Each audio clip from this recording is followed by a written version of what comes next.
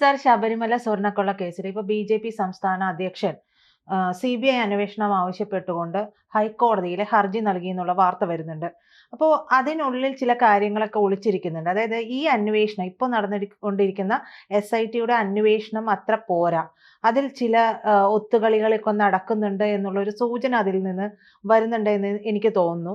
മറ്റൊന്ന് എന്ന് പറയുന്നത് ബി.ജെ.പിയിൽ നിന്ന് ഈ ഒരു വിഷയവുമായി ബന്ധപ്പെട്ട് പ്രതികരിക്കാനോ ഏതെങ്കിലും തരത്തിലുള്ള നീക്കങ്ങൾ നടത്താനോ രാജീവ് ചന്ദ്രശേഖർ അല്ലാതെ മറ്റൊരു നേതാക്കളും വരുന്നില്ല.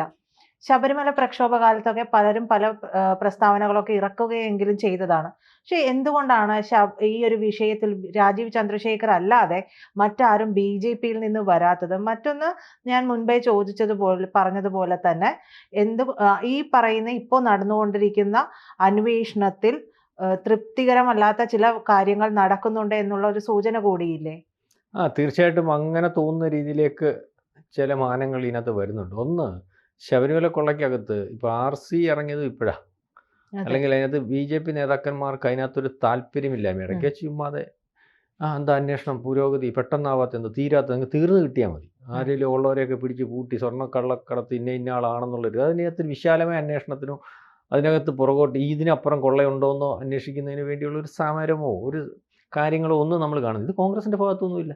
കോൺഗ്രസിൻ്റെ ഭാഗത്തുനിന്ന് വി.ഡി. സതീശൻ പറഞ്ഞ് എനിക്ക് ഉണ്ണികൃഷ്ണൻ പോറ്റിയെ അറിയത്തില്ല. ആ സമയത്താണ് ഉണ്ണികൃഷ്ണൻ പോറ്റി കോൺഗ്രസിൻ്റെ പ്രമുഖമായിട്ടുള്ള സോണിയാഗാന്ധിയുടെയും അല്ലെങ്കിൽ അവരുടെ ഏറ്റവും വേണ്ടപ്പെട്ട സംസ്ഥാനത്തെ നേതാക്കന്മാരുടെ കൂടെ കെ.പി.സി. പ്രസിഡന്റ് ആവാൻ നിന്ന ആളുടെ കൂടെ അല്ലെങ്കിൽ മറ്റ് യു.ഡി.എഫിൻ്റെ ഏറ്റവും പ്രധാനപ്പെട്ട നേതാക്കന്മാരുടെ കൂടെ എം.പിമാരുടെ കൂടെയൊക്കെ നിൽക്കുന്ന ഫോട്ടോസൊക്കെ വരുന്നത്. കോൺഗ്രസിനും അതിനകത്ത് വഴക്കൊന്നുമില്ല. എങ്ങനെ ആരെങ്കിലും ചോദിക്കുമ്പം മാധ്യമങ്ങൾ കുത്തി ചോദിക്കുമ്പോൾ എന്തെങ്കിലും പറഞ്ഞു പോകുന്ന ഒരു അവസ്ഥയുണ്ട്. മാത്രമല്ല മൂന്നാമതൊരു കാര്യം കൂടിയുണ്ട്. ഇതിനകത്ത് ഇപ്പോൾ പറയുന്ന ഏറ്റവും അവസാനം അറസ്റ്റ് ചെയ്ത പപ്പനുണ്ടല്ലോ, CPM-ന്റെ സമുന്നത നേതാവ്, അദ്ദേഹം അതിനകത്ത് അദ്ദേഹത്തിൻ്റെ മൊഴി ബാക്കിയുള്ളവരുടെ എല്ലാം മൊഴി വിലക്കെടുക്കുമ്പോൾ അദ്ദേഹം പറഞ്ഞു എന്തുകൊണ്ട് എന്നെ മാത്രം അറസ്റ്റ് ചെയ്യുന്നു, ഞാൻ മാത്രം അങ്ങനെ ഈ പറയുന്ന തിരുത്തൽ വരുത്തുന്നത് അല്ലെങ്കിൽ ബോർഡിൻ്റെ തീരുമാനം. 3 ബോർഡ് മെമ്പർമാരുണ്ട്. രണ്ട് ബോർഡ് മെമ്പർമാരെ ചോദിക്കുന്ന പോലുമില്ല, പ്രതി ചേർക്കുന്ന പോലുമില്ല. അവരെ രക്ഷിക്കുന്ന രീതിയിലേക്ക് അന്വേഷണ സംഘത്തിൻ്റെ ഒരു പോക്ക് വരുന്നു. ഞാൻ പറഞ്ഞു തന്ത്രി ഇതിനകത്ത് പ്രധാനപ്പെട്ട കക്ഷിയാണെന്ന്, ഞാൻ പറയുന്നു ജയറാം ഇതിനകത്ത് പ്രധാനപ്പെട്ട കക്ഷിയാണെന്ന്, ഞാൻ പറയുന്നു മന്ത്രി പറഞ്ഞിട്ടാണ് ഞാൻ അവിടുന്ന് അപേക്ഷ വന്നതിന് ശേഷം ചെയ്തത്, പക്ഷേ എന്നെ മാത്രം പ്രതിയാക്കുന്നതിനകത്ത് എന്തോ ഒന്ന് കൂടുതൽ. അപ്പോൾ ഇതിനകത്ത് SIT സംഘത്തിൻ്റെ അന്വേഷണം ഒരുപക്ഷെ ഈ പറയുന്ന കോടതിയുടെ മേൽനോട്ടത്തിലാകുമ്പോൾ ഓരോ കാര്യത്തിലും കോടതി ഇടപെടുമ്പോൾ നമുക്കിതിനകത്ത് ഏറ്റവും സംശയം ഉണ്ടാക്കത്തക്ക രീതിയിലുള്ള 2 പേരുണ്ട്. എന്ത് പറയുമ്പോഴും തന്ത്രി എന്തിനകത്ത് ഒപ്പിട്ടെന്നുള്ളത്. അപ്പോൾ കഴിഞ്ഞ ദിവസത്തെ വിശദമായുള്ള ചോദ്യം ചെയ്യലിനകത്ത് മുരാരി ബാബു ചെന്നിരുന്ന അതിനകത്ത് ഇന്ന ഭാഗങ്ങളിൽ മങ്ങലുണ്ടല്ലോ എന്ന് കാണിച്ചിട്ട് ആ മങ്ങലുള്ള ഭാഗങ്ങൾ ഈ പറയുന്നത് പോലെ ഏറ്റവും പ്രധാനപ്പെട്ട ആളാണല്ലോ തന്ത്രിയാണല്ലോ പ്രധാനപ്പെട്ട കാര്യങ്ങൾ തീരുമാനിക്കണമെങ്കിൽ അഭ്യർത്ഥനകത്തെ കാര്യങ്ങൾ തീരുമാനിക്കണമെങ്കിൽ വാതിൽപ്പാളികൾ വെളിയിൽ കൊണ്ടുപോകണമെങ്കിൽ മറ്റു പല കാര്യത്തിനും തന്ത്രിയുടെ നിർദ്ദേശം വേണ്ടതുകൊണ്ട് അദ്ദേഹത്തിൻ്റെ നിർദ്ദേശം അദ്ദേഹത്തെ വിളിച്ചിരുത്തി എഴുതി മേടിച്ചിട്ടാണ് ഇത് തയ്യാറാക്കുന്നത് എന്നുള്ള രീതിയിലേക്കുള്ള മൊഴി വന്നിട്ടുണ്ട്. തന്ത്രി പക്ഷെ പറയുന്നത് ഞാൻ ദേവഹിതം നോക്കിയുള്ളൂ. അപ്പോൾ അദ്ദേഹത്തിൻ്റെ നിർദ്ദേശമാണ്. അതിനുശേഷം ഇദ്ദേഹം ഈ പറയുന്ന സ്വർണ്ണപ്പാളി ബോധപൂർവം പിച്ചളയാണെന്ന് എഴുതി തീർത്തപ്പോൾ അതിൻ്റെ കീഴിൽ ഒപ്പിട്ടിട്ടുണ്ട്. പിന്നെ വേറൊരു കാര്യമുണ്ട്, ഇതിനകത്ത് വേറൊരു വലിയ മൊഴി വരുന്നുണ്ട്. കഴിഞ്ഞ ദിവസം ഈ രാജീവ് അദ്ദേഹത്തിന്റെ മൊഴി കഴിഞ്ഞു. അതിനുശേഷം മറ്റേ ഇദ്ദേഹത്തിന്റെ ചേട്ടന്റെ മകനാണല്ലോ ഇപ്പം, അത് പേര് തന്ത്രി പയ്യൻ, അവൻ്റെ അടുത്ത് ചോദിച്ചപ്പോൾ പറഞ്ഞു ഇത് വാതിലും പൊളിക്കുന്നതിന് വേണ്ടിയുള്ള കാര്യങ്ങളുമായിട്ട് സമീപിച്ചു. അതിനകത്ത് അത് അനുവദിക്കാൻ പറ്റത്തില്ല, അല്ലെങ്കിൽ അതിനകത്തൊരു തടസ്സം നിന്നതിന് ശേഷമാണ് അത് കൊണ്ടുപോകാതിരുന്നത്. അപ്പോൾ ഇത് വളരെ കൃത്യമായിട്ട് ആസൂത്രിതമാണ് അപ്പോൾ ഇതിനകത്ത് പിന്നെ ഈ ജയറാം എന്തിനു വന്നു? ജയറാം ഇതിനകത്ത് ഒരു അന്വേഷിക്കുന്നു അല്ലെങ്കിൽ ജയറാം വന്നു ചേരുന്നു. ജയറാമിനെ ഇതിനകത്ത് കൃത്യമായ കാര്യം അല്ലെങ്കിൽ അദ്ദേഹത്തിൻ്റെ വീട്ടിൽ മാത്രം ഉണ്ണികൃഷ്ണൻ പോറ്റി കൊണ്ടുവന്ന് പൂജ നടത്തുന്നു. ആ പൂജ നടത്തിയതിൻ്റെ പിറകിൽ അന്താരാഷ്ട്ര റാക്കറ്റിന് സഹായമാകുന്നു. അവർക്ക് ഇവിടെ വന്നിരുന്ന് ഇത് കാണുന്നതിന് വേണ്ടി ഉള്ളതാണെന്നുള്ള വാർത്ത വരുന്നു. അതായത് ഇതുവരെ ചോദ്യം ചെയ്തിട്ടില്ല. അദ്ദേഹം ഒരു കുഴപ്പമില്ലാത്ത ആളാണ്, കുഴപ്പം ചെയ്യാത്ത ആളാണ്. മറ്റ് പല അയാളെ അറസ്റ്റ് ചെയ്യാൻ ഒരു കുഴപ്പവും വേണ്ട. അന്വേഷണ സംഘത്തിന് കൂട്ടുപ്രതിയായിട്ട് അറസ്റ്റ് ചെയ്യാം.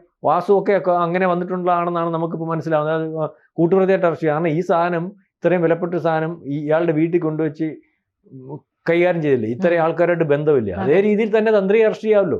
അപ്പോൾ അറസ്റ്റ് ചെയ്യണമെങ്കിൽ അത്ര നിയമം. അപ്പോൾ ഇവരെ രക്ഷിച്ചെടുക്കുന്നതിന് വേണ്ടിയുള്ള ഒരു നിയമം. അതുപോലെ തന്നെ ഇതിനകത്ത് എന്തുകൊണ്ട് കോൺഗ്രസ് നേതാക്കൾ, എന്തുകൊണ്ട് BJPയുടെ പ്രമുഖർ ഒക്കെ ഇതിനകത്ത് നിന്ന് മാറി നിൽക്കുന്നു, അല്ലെങ്കിൽ അവർ സമരത്തിൽ ഏർപ്പെടുന്നു. അപ്പോൾ ഇതിനകത്ത് പറവട്ടം നമ്മൾ പറഞ്ഞിട്ടുള്ളത്, പപ്പൻ പറഞ്ഞ 2007 തൊട്ട് ഉണ്ണികൃഷ്ണൻ പോറ്റി അവിടെ ഉണ്ട്. ഈ കൊള്ള ദ്വാരപാല ശില്പവും വാതിൽപ്പടിക്കകത്ത് ഒതുങ്ങുന്നതല്ല. കൊടിമരത്തിനകത്ത് കൊള്ള നടന്നിട്ടുണ്ട്. അതേ ഫോർമാറ്റാണ് ഇങ്ങോട്ട് മാറ്റിയത്. കൊടിമരത്തിൻ്റെ അകത്ത് കൊടിമരം നിർമ്മിക്കുന്ന സമയത്ത് ഈ പറയുന്നത് പോലെ അവിടുന്ന് കൊണ്ടുപോകാൻ പറ്റാത്ത സാധനങ്ങൾ വെളിയിൽ കൊണ്ടുപോയിട്ടുണ്ട്. അതുപോലെ അവിടെ സ്പോൺസർമാർ വരുമ്പോൾ ആ സ്പോൺസർമാരുമായിട്ട് ബന്ധം സ്ഥാപിക്കുന്നതിന് ഉണ്ണികൃഷ്ണൻ പോറ്റി ഇദ്ദേഹം ഉപയോഗിച്ചിട്ടുണ്ട്. ഇതെല്ലാം വളരെ കൃത്യമായിട്ട് വ്യക്തത വരുത്തി പറയുമ്പോൾ ദേവസ്വം ബോർഡിൻ്റെ തീരുമാനം തിരുത്തി പപ്പൻ സമ്മതിക്കുന്നു. ഞാൻ തിരുത്തിയതിൻ്റെ കൂട്ടത്തിൽ എൻ്റെ കൂടെ തിരുത്താൻ രണ്ടുപേരുന്നവരെ എന്താ പ്രതിയാക്കാത്തേ? അപ്പം അപ്പം SIT ആണെങ്കിലും കോടതി ഇടപെടുമ്പോഴും SIT കോടതിക്കകത്ത് പറയും ഞങ്ങൾ അന്വേഷിച്ചപ്പോൾ ഇന്ന ആളില്ല. അപ്പോൾ ഇതിനകത്ത് ജയറാമിനെയും തന്ത്രിയെയും അല്ലെങ്കിൽ ഇദ്ദേഹം പറയുന്ന ചില ഉന്നതമായിട്ടുള്ള മന്ത്രിമാരെയും ഒക്കെ ഇതിനകത്ത് ഒതുക്കാൻ ശ്രമിക്കുന്നതിൻ്റെ ഭാഗമായിട്ട് അല്ലെങ്കിൽ അതിബോധ്യപ്പെട്ടിട്ട് അതിനകത്ത് ഒരുപക്ഷെ RC വിചാരിക്കുന്നുണ്ടാവും ഏത് പാർട്ടിക്കാരനായാലും ആരായാലും ഈ കൊള്ളയടിച്ചോ വെളിയിൽ വരട്ടെ, ഈ കൊള്ള സംഘം പുറത്താകട്ടെ, അല്ലെങ്കിൽ ഈ വളരെ കാലമായിട്ട് ഈ ശബരിമലയിൽ ഒരുപക്ഷെ നടന്നുകൊണ്ടിരിക്കുന്ന ഒരു പല രീതിയിലുള്ള കൊള്ള അവിടുന്ന് പൈസ വരുന്ന വാരിക്കൊണ്ടുമാർ പോവും, അല്ലെങ്കിൽ കണക്ക് സാധനം മേടിച്ചെന്ന് പറഞ്ഞാൽ സാധനം മേടിക്കാതാവും, അല്ലെങ്കിൽ ലേലത്തിനകത്ത് കമ്മീഷൻ നടത്തും, മരാമത്ത് പണിക്കകത്ത് കമ്മീഷൻ ഉണ്ടാക്കും, കോടികൾ ഉണ്ടാക്കും, അല്ലെങ്കിൽ പല രീതിയിലും. ഇപ്പോൾ ഏറ്റവും അവസാനം കൊള്ളയടിച്ച് വാതിൽപ്പടിയും ദ്വാരപാല ശില്പത്തിൻ്റെ കഥയെ നമുക്കറിയത്തുള്ളൂ. നമുക്ക് കയറാൻ വയ്യാത്ത സ്ഥാനങ്ങളിൽ അല്ലെങ്കിൽ അകത്ത് പല കാര്യങ്ങളും ഒക്കെ ഇരിപ്പുണ്ട്. കോടിക്കണക്കിന് രൂപയുടെ എത്രയോ സ്വർണ്ണ കിരീടങ്ങൾ, എത്രയോ സ്വർണ്ണ പാത്രങ്ങൾ, അതുപോലെ പല കാര്യങ്ങൾ. മറ്റൊരു കാര്യം എന്ന് പറയുന്നത്, അന്ന് തീപിടുത്തമുണ്ടായ ആ കാലഘട്ടത്തിൽ അയ്യപ്പന്റെ വിഗ്രഹത്തിന് ക്ഷതമേൽക്കുന്നുണ്ട്. അത് രൂപമാറ്റം വരുത്തിയിട്ട് മണിയായിട്ട് സൂക്ഷിച്ച് അവിടെ വെച്ചിട്ടുണ്ടായിരുന്നു. അത് 18-ാം പടി കയറി ചെല്ലുന്ന ഭാഗത്ത് തന്നെയായിരുന്നു ഉണ്ടായിരുന്നത്. ഇപ്പോൾ അതുമില്ല. അതായത് ഈ പറയുന്ന കാര്യം ഒരു കല്ലാണോ അല്ലെങ്കിൽ അതിന്റെ എന്ത് സാധനം വെച്ചിട്ടാണ് അത് ഉണ്ടാക്കിയിരിക്കുന്നത്, അതിനുള്ളതല്ല. അതിന്റെ നമ്മളിപ്പോൾ പറയുന്നത് പോലെ ഇത്തരത്തിലുള്ള കാര്യങ്ങൾക്കുള്ള ഒരു മതിപ്പ് വിലയുണ്ട്, മൂല്യമുണ്ട്, അതിന്റെ ഒരു പഴക്കം കാര്യങ്ങളും ഒക്കെയാണല്ലോ. അത് ഉൾപ്പെടെയുള്ള കാര്യങ്ങൾ അവിടെ കാണാനില്ല എന്നാണ് ഇപ്പൊ പറയുന്നത്. മണി ഉൾപ്പെടെയുള്ളൂ. അപ്പൊ അദ്ദേഹം പറഞ്ഞത്, അപ്പം ഇതിനകത്ത് മൂല്യം എന്ന് പറഞ്ഞാൽ കോടികളാണ്. അതിനകത്ത് കോടികളാണ് ഈ പഴക്കത്തിനാണ്, അല്ലെങ്കിൽ ഇന്നടത്തിരുന്ന സാധനത്തിനാണ്, അതിനാണ്. അപ്പം ആയിരക്കണക്കിന് കോടി കിട്ടും. ആയിരക്കണക്കിന് കോടി കിട്ടാതിരിക്കുന്ന ഒരു അവസ്ഥയുള്ളപ്പോൾ 4-5 കോടിക്കകത്ത് ഇതിനകത്ത് ഇടപെടാൻ സാധ്യതയുള്ളവരല്ല അല്ല മന്ത്രി, അല്ല ജയറാം.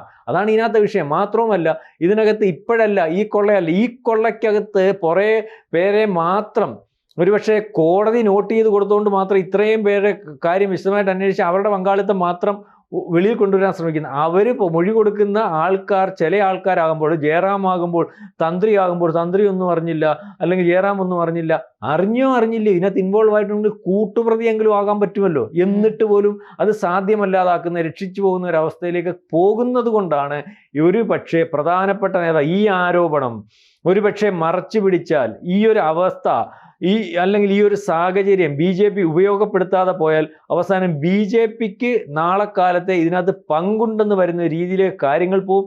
യഥാർത്ഥമായിട്ടുള്ള അല്ലെങ്കിൽ കാര്യങ്ങൾ മറച്ചു പിടിക്കുന്ന ഒരു അവസ്ഥയിലേക്ക് പോകുമെന്നുള്ളത് കണ്ടാണ് ഈ ഏറ്റവും വേണ്ടപ്പെട്ട ഒരു വിഷയം ഇപ്പോൾ അന്വേഷിച്ചുകൊണ്ടിരിക്കുന്നതിൻ്റെ പുറത്ത് ആ അന്വേഷണം പോരാ. SITയുടെ അന്വേഷണത്തിനകത്ത് ഇതുപോലെയുള്ള പോരായ്മകളുണ്ട്. ആരും സാധാരണക്കാരൻ പോലും അവരുണ്ടാകത്തില്ലേ, അവരില്ലാതെ നടക്കത്തില്ല, തന്ത്രി ഉണ്ടാകത്തില്ലേ, തന്ത്രി ഇല്ലാതെ നടക്കത്തില്ലല്ലോ, അല്ലെങ്കിൽ ജയറാം ഇതിനകത്ത് എന്തിനു വന്നു, ജയറാമിൻ്റെ വീട്ടിൽ ഇത് കൊണ്ടുവന്നു, അല്ലെങ്കിൽ ജയറാം ഇല്ലാതെ നടക്കത്തില്ലല്ലോ, ജയറാം 150 രൂപ ഒരു കൊടുത്താണ് ഇത് ചെയ്യിപ്പിച്ചെന്ന് പറഞ്ഞാൽ ആര് വിശ്വസിക്കും? അപ്പോൾ ആ രീതിയിലേക്കുള്ള കാര്യങ്ങൾ. അതുകൊണ്ട് തന്നെയാണ് ഇത് CBI അന്വേഷണം എന്ന് വേണ്ടി വരുന്നത്. CBI അന്വേഷണം വന്നു കഴിഞ്ഞാൽ വിചാരിക്കുന്ന തലത്തിൽ നിന്ന് ഇതിനകത്ത് നിന്ന് വിശാലമായ അന്വേഷണം വരും. ദീർഘമായിട്ടുള്ള ഇതിൻ്റെ കൊള്ള അന്വേഷിക്കേണ്ടി വരും.